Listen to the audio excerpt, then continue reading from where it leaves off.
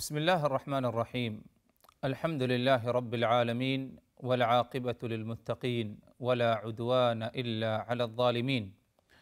والصلاة والسلام على رسوله الكريم أما بعد. اللہ تبارک و تعالی پر حمد و ثنا اور اس کے نبی کریم صلی اللہ علیہ وسلم پر بے شمار بے حد بے عدد درود و سلام کے بعد، محترم ناظرین، قصص القرآن کے اس سلسلے وار پروگرام میں ہم آپ کی خدمت میں حاضر ہیں۔ السلام علیکم ورحمۃ اللہ وبرکاتہ۔ ناظرین کرام، ہماری گفتگو رسول اللہ صلی اللہ علیہ وسلم نے کیا معاملہ فرمایا مدینہ میں جو 3 قسم کے یہود پائے گئے، یا 3 قبائل جو تھے یہودی کے، ان کے ساتھ آپ صلی اللہ علیہ وسلم کا کیا معاملہ تھا۔ بنو قینقاع، بنو النضیر اور بنو قریظہ۔ بنو قینقاع کے ساتھ کیا معاملہ پیش آیا، اللہ کے رسول صلی اللہ علیہ وسلم کی طرف سے اس پر جو ہے بات گزر چکی ہے۔ ہماری جو بات رکی تھی وہ بنو النضیر سے متعلق، کہ رسول اللہ صلی اللہ علیہ وسلم کا معاہدہ بنو النضیر کے لوگوں سے تھا کہ تم اگر ہم پر ایمان نہیں لاتے تو مدینہ المنورہ میں ہم تمہیں رہنے دیں گے، لیکن شرط یہ ہے کہ تم ہم سے کبھی لڑائی نہ لڑنا، اور نہ ہی ہمارے خلاف جو دشمن کبھی آئے ہم پر جو ہے حملہ کرنے کے لیے، ہم سے لڑنے کے لیے، تم ان کی مدد بھی نہ کرنا۔ یہ آپ صلی اللہ علیہ وسلم کا معاہدہ مدینہ کے یہود سے تھا، چاہے وہ بنو قینقاع کے ہوں یا بنو النضیر یا بنو قریظہ۔ بنو النضیر نے بھی رسول اللہ صلی اللہ علیہ وسلم کی وعدے کی جو ہے خلاف ورزی کی، جیسے کہ بنو قینقاع کے لوگوں نے کیا، اور جو وعدہ تھا آپ صلی اللہ علیہ وسلم کے ساتھ ان کا جو معاہدہ تھا، انہوں نے عہد شکنی کی، اور اسی پر اکتفا نہیں بلکہ رسول اللہ صلی اللہ علیہ وسلم کا قتل کرنے کی سازش بھی کی۔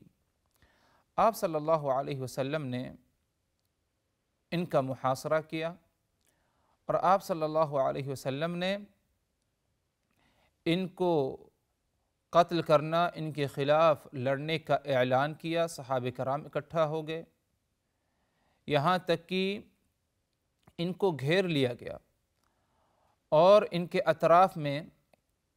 جو ان کے کھجور کے باغیچے وغیرہ تھے، اللہ کے رسول صلی اللہ علیہ وسلم کی اجازت سے صحابہ کرام نے کھجور کے باغیچوں کو یا کھجور کے درختوں کو، بہتوں کو کاٹ ڈالا، کچھ کو جلا ڈالا اور کچھ کو چھوڑ دیا ان کی حالت میں۔ درختوں کا کاٹنا یا درختوں کا جلانا، اس کی کیا وجہ تھی؟ اس کی وجہ یہ تھی کہ بنو النضیر کے لوگ اپنے کھجور کے درختوں کے آڑ میں رہ کر مسلمانوں سے لڑ رہے تھے، یا ان کے لڑنے کی پلاننگ تھی۔ تو صحابہ کرام نے اپنی حفاظت، اپنے بچاؤ کے لیے اور بنو النضیر کے لوگوں کو شکست دینے کے لیے، ان میں رعب اور ڈر ڈالنے کے لیے کھجور کی کچھ درختوں کو جلا ڈالا آگ سے، کچھ کو کاٹ ڈالا اور کچھ کو اس کی حالت میں چھوڑ دیا۔ یہ اللہ کے رسول صلی اللہ علیہ وسلم کی اجازت سے ہوا۔ ایک قسم کی اگر دیکھا جائے تو یہ ایک قسم کی یعنی ایک اچھی چیز کی بربادی کی گئی، لیکن یہ چیز بظاہر ہے، اور حقیقت میں کیا ہے، اللہ تبارک و تعالیٰ کو بھی صحابہ کرام کی اس عمل کی جو ہے اللہ تبارک و تعالیٰ نے تائید بھی کی کہ تم نے اچھا کیا کہ ان کو ڈرانے کے لیے، ان میں رعب، ڈر ڈالنے کے لیے درختوں کو کاٹا یا درختوں کو جلایا، اور کچھ تم نے ان کی حالت میں چھوڑ دیا، کیونکہ جنگ کے موقع پر یہ سب چیزوں کی کیا ہے، ضرورت پڑ سکتی ہے۔ اللہ تبارک و تعالیٰ نے قرآن مجید میں فرمایا، ما قطعتم من لینة او ترکتموها قائمة على اصولها فبإذن اللہ وليخزي الفاسقین۔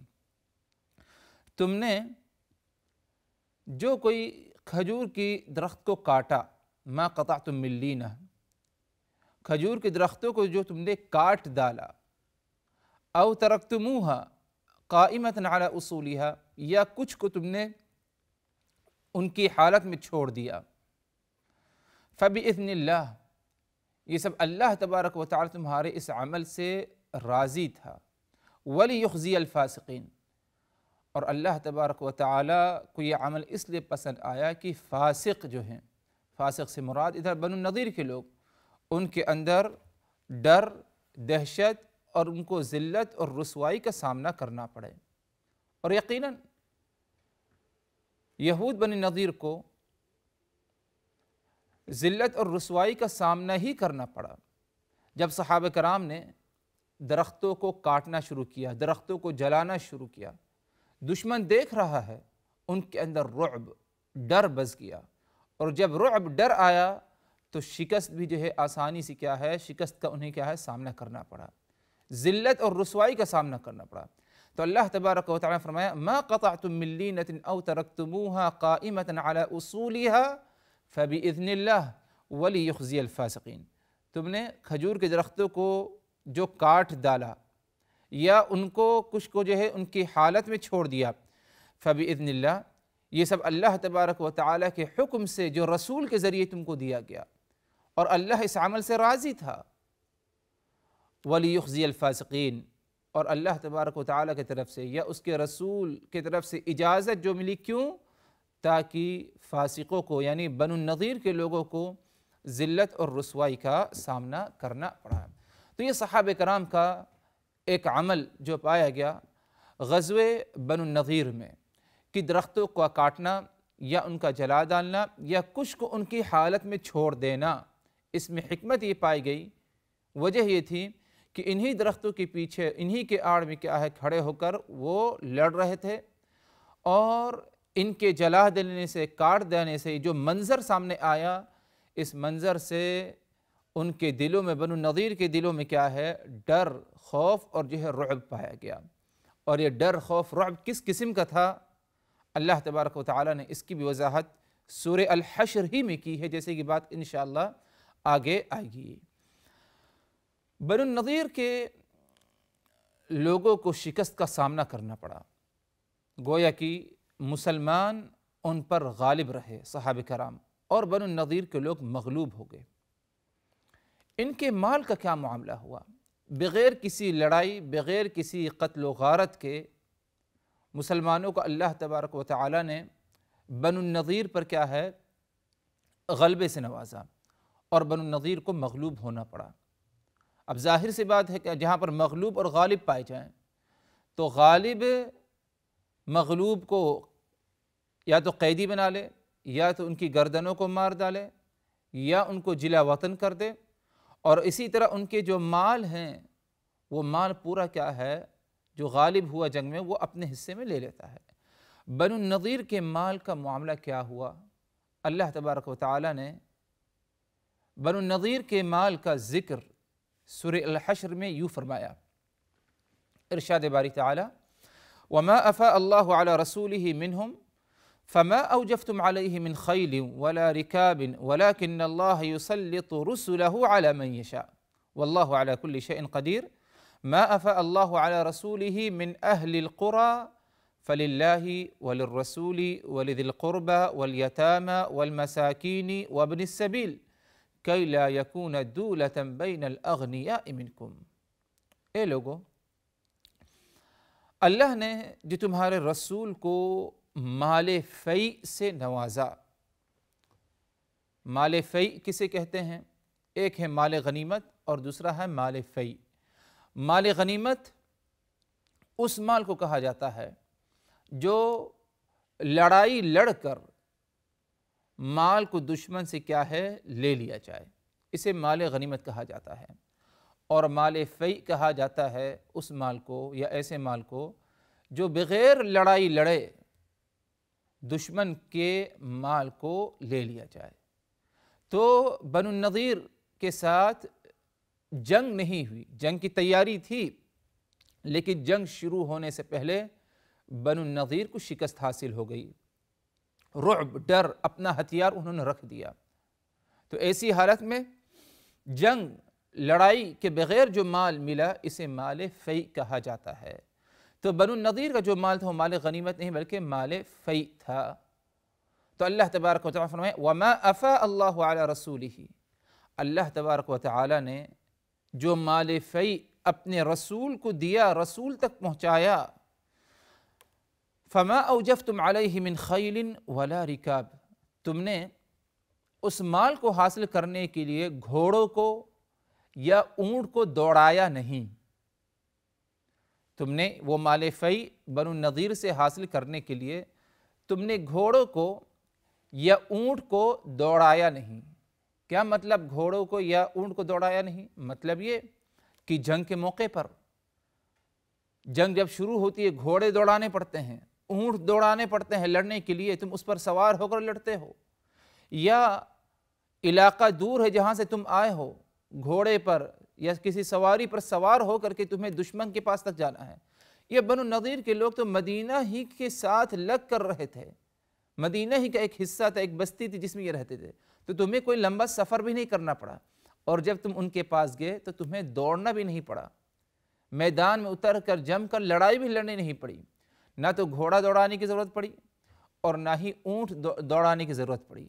تو بغیر گھوڑا بغیر اونٹ کے دوڑائے تمہیں اللہ تبارک و تعالیٰ نے یہ مال فیء سے نوازا۔ وَلَكِنَّ اللَّهَ يُسَلِّطُ رُسُلَهُ عَلَى مَن يَشَاءُ،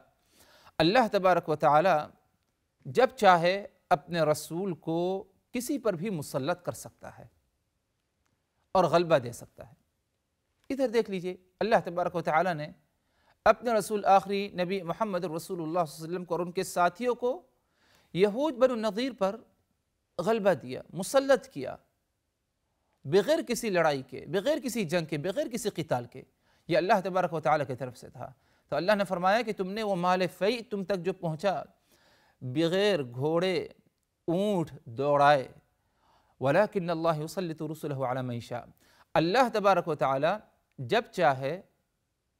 اپنے رسول کو کسی پر بھی کیا ہے مسلط کر سکتا ہے۔ واللہ علی کل شیء قدیر، اور اللہ تبارک و تعالیٰ ہر چیز پر، ہر معاملے پر کیا ہے قدرت اور طاقت رکھنے والا ہے۔ آگے فرمائے اللہ تبارک و تعالیٰ نے ما افاء اللہ علی رسولہ من اہل القرى، اللہ تبارک و تعالیٰ نے جو اپنے رسول کو ایک بستی والے کے مال سے نوازا، مال فیء سے، یعنی بنو النضیر کے مال سے، اس کو تقسیم کیسے کیا جائے؟ فرمایا اللہ تبارک و تعالیٰ فَلِلَّهِ، اس میں سے ایک حصہ اللہ کے لیے، یعنی فی سبیل اللہ، اللہ کے راہ میں بیت المال کے لیے، وَلِلرَّسُولِ، ایک حصہ اس میں سے رسول کا ہے مال فیء میں سے، وَلِذِي الْقُرْبَى، رشتہ داروں کا ہے، وَالْيَتَامَى، یتیموں کا ہے، وَالْمَسَاكِينِ، مسکینوں کا ہے، وَابْنِ السَّبِيلِ، اور مسافر کا ہے۔ یہ 6 قسم کے لوگ ہیں۔ وہ مال فیء ان میں کیا ہے تقسیم ہونا ہے، یہ 6 اقسام میں۔ كَيْ لَا يَكُونَ دُولَةً بَيْنَ الْأَغْنِيَاءِ مِنْكُمْ، اور یہ مال فیء اس طرح کیوں تقسیم کرنا ہے؟ لِلَّهِ وَلِلرَّسُولِ وَلِذِي الْقُرْبَى وَالْيَتَامَى وَالْمَسَاكِينِ وَابْنِ السَّبِيلِ، یہ 6 تقسیم کیوں کرنا ہے؟ 6 جگہ مال کو کیوں تقسیم کرنا ہے؟ كَيْ لَا يَكُونَ دُولَةً بَيْنَ الْأَغْنِيَاءِ مِنْكُمْ، تاکہ یہ مال فیء مالداروں ہی کے درمیان یہ مال رہ کر محصور نہ رہ جائے، یعنی یہ مال مالداروں کے درمیان محصور نہ رہے، صرف مالدار یہ مال فیء کے حاصل نہ کریں، صرف جو مالدار ہیں وہی اس مال کے مستحق نہ بنیں، بلکہ عدل و انصاف کے ساتھ سبوں کے درمیان برابر برابر کیا ہے مناسب طریقے سے تقسیم کر دیا جائے۔ اس لیے جو ہے اللہ تبارک و تعالیٰ نے حکم دیا کہ یہ مال للہ وللرسول ولذی القربى والیتامى والمساکین وابن السبیل، اس میں سے فی سبیل اللہ اللہ کا حصہ، رسول کا حصہ، رشتہ داروں کا حصہ، یتیموں کا حصہ، مسکینوں کا حصہ، اور اسی طرح مسافروں کا حصہ اس میں کیا ہے مقرر کرنا ہوگا۔ آگے فرماتے اللہ تبارک و تعالیٰ وَمَا آتَاكُمُ الرَّسُولُ فَخُذُوهُ وَمَا نَهَاكُمْ عَنْهُ فَانْتَهُوا وَاتَّقُوا اللَّهَ إِنَّ اللَّهَ شَدِيدُ الْعِقَابِ، اور تمہارے رسول نے جو تمہیں دے دیا تم اسے لے لو، قبول کر لو، وَمَا نَهَاكُمْ عَنْهُ فَانْتَهُوا، اور تمہارے رسول نے جس چیز سے تمہیں روک دیا، منع کر دیا، تم اپنے آپ کو روک لو، منع کر لو۔ واتقوا اللہ، اور اللہ سے ڈرتے رہو۔ ان اللہ شدید العقاب، یقیناً اللہ تبارک و تعالی بہت ہی سخت سزا دینے والا ہے۔ کیا مطلب حضرات اس کا؟ مطلب یہ کہ مال فی جو تمہارے رسول نے تقسیم کیا تمہارے درمیان، وہ جیسے بھی تقسیم کیا ہو، جو تمہیں دے دیا ہو، تم اسے خوش دلی سے قبول کر لو۔ اور اگر تمہیں کچھ حصہ نہیں دیا گیا، کسی وجہ سے تم تک جو ہے رسول نے وہ مال نہیں پہنچایا، یا جس طرح دوسروں کو دیا ویسے تمہیں نہیں دیا، رسول بہتر جانتا ہے، اللہ کی اجازت سے، اللہ کا جو حکم ہے اسی طرح سے فیصلہ کرے گا رسول۔ اگر تمہیں نہیں دیا تو تم جو ہے برا نہ مانو، اور واتقوا اللہ، اللہ سے ڈرتے رہو۔ ان اللہ شدید العقاب، یقیناً اللہ تبارک و تعالی بہت ہی سخت سزا دینے والا ہے۔ مطلب یہ اگر تم ڈرتے نہیں اللہ سے، رسول کی باتوں کو مانتے نہیں، رسول کی دی ہوئی چیزوں کو قبول نہیں کرتے، اللہ بہت ہی سخت سزا دینے والا ہے۔ اور یہ آیت دیکھا جائے حضرات تو صرف مال فی سے متعلق نہیں ہے، بلکہ یہ آیت ایک بہترین قاعدہ، ضابطہ ہے، قانون الہی ہے، جو ہر مسلمان کو اپنی زندگی میں نافذ کرنا چاہیے۔ اور اسی آیت کے مطابق ہمیں اپنی زندگی کیا ہے، دنیاوی زندگی بسر کرنا چاہیے۔ وما آتاکم الرسول، رسول نے جو باتیں تمہیں دے دی، جو باتیں بتا دی، جن باتوں کا حکم دے دیا، چاہے مال فی ہو یا کوئی اور معاملہ ہو، ان باتوں کو تم مان لو، قبول کر لو۔ وما نہاکم عنہ فانتہوا، اور جن باتوں سے رسول نے تمہیں روک دیا ہے، منع کر دیا ہے، فانتہوا، تو تم اپنے آپ کو ان باتوں سے کیا ہے، روک لو۔ تم ان چیزوں کو کرنے کی کوشش نہ کرو جن سے تمہارے رسول نے تمہیں کیا ہے، منع کیا ہے۔ واتقوا اللہ، اور تم اللہ سے ڈرتے رہو۔ ان اللہ شدید العقاب، یقیناً اللہ تبارک و تعالی بہت ہی سخت سزا دینے والا ہے۔ مطلب یہ کہ اگر تم نے رسول کی باتوں کو نہیں مانا، رسول کی دی ہوئی چیزوں کو قبول نہیں کیا، رسول نے جن چیزوں سے روک دیا، تم نے اپنے آپ کو ان سے نہیں روکا، تو اللہ تبارک و تعالی کی جو سزا تم پر آئے گی وہ بہت ہی سخت سزا ہوگی۔ تو یہ آیت ایک بہترین قاعدہ، ضابطہ ہے جو ہمیں اپنی زندگی میں نافذ کرنا چاہیے، جیسے کہ اہل علم جو ہے کہتے ہیں۔ اللہ تبارک و تعالی ہم سبوں کو اپنے رسول کی دی ہوئی چیزوں کو قبول کرنے کی توفیق دے، اور جن چیزوں نے رسول نے ہمیں روک دیا ہے، منع کر دیا ہے، ان سے ہمیں رسول کیا ہے، ان سے ہمیں کیا ہے، اللہ تبارک و تعالی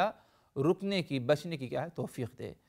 محترم ناظرین، آج ہم اسی پر اکتفا کرتے ہیں۔ مزید اور باتیں غزوہ بنی النضیر سے متعلق انشاءاللہ اگلی نشست میں اللہ تعالیٰ سے دعا، ہم نے جو کچھ کہا سنا، ان باتوں کو اچھی طرح سمجھنے کی، یاد رکھنے کی، عمل کرنے کی، عبرت و نصیحت حاصل کرنے کی ہمیں توفیق دے۔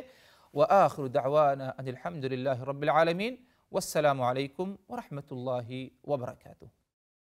لقد كان في قصصهم عبرة لأولي الألباب ما كان حديثا يفترى ولكن تصديق الذي بين يديه وتفصيل كل شيء وهدى ورحمة لقوم